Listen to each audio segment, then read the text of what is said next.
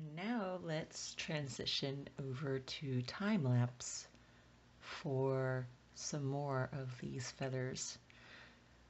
I'm switching over to time lapse because much of what I'm doing is really the same technique repeated over and over again that I just showed you in real time, where I lay in first an initial color for some of the darker parts just to start creating the range of shading, and then I subsequently alternate with layers of wash and as well as more building up of color tones. And over a series of washes like this, washes and bits of dry brush detail work, I start to build up this very rich layered texture. In some places I alternate the colors even that I use in the wash layers, and this adds an extra level of depth to the tones that you start layering on top of each other. But the other thing that doing the washes accomplishes is that it will smooth out some of the very fine texture that I'm doing, and it sort of blends things and makes it more cohesive, makes all the pieces fit together better.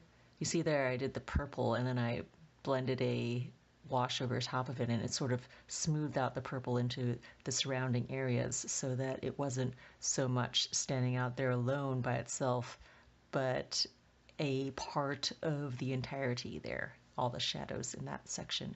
And again, right here, you saw me just do a little bit of the orange into the blue sections, and that kind of ties in the colors. I have mostly orangey tones on the outward facing layers, and then the bluer tones are kind of in the shadowed areas of these wings.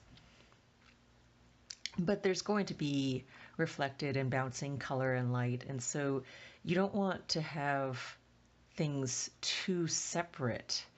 The colors, by things I'm talking about the colors, so the blue and the orange. I want to have some sort of blending and melding of the two, and the washes serve to really unify and tie things together in this way. Now in this lower section, I'm switching over to a purpley tone because I want it to blend down into the purple of the flowers and seem sort of a part of that kind of texture and color and the whole feel of that section of the piece. And it's also sort of receding into the background because this is all behind the layer of branches that you see. So I want a color that pushes back more. The cooler tones tend to recede.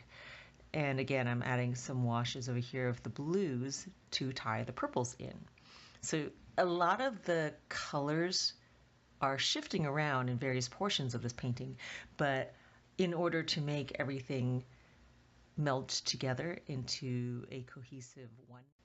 I hope you enjoyed this video, and if you would like to see more of this sort and to help support the creation of these technique and tutorial videos that I create, they do take a lot of time and effort, and it is with the amazing support and wondrous help of the backers of my Patreon, which is at www.patreon.com/StephanieLaw, that I'm able to create these because of all the people who are super involved in giving me feedback and making suggestions for what they would like to see.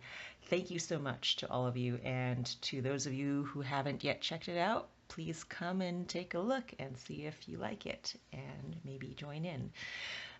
Thanks again for watching this video. Hope you liked it. Bye.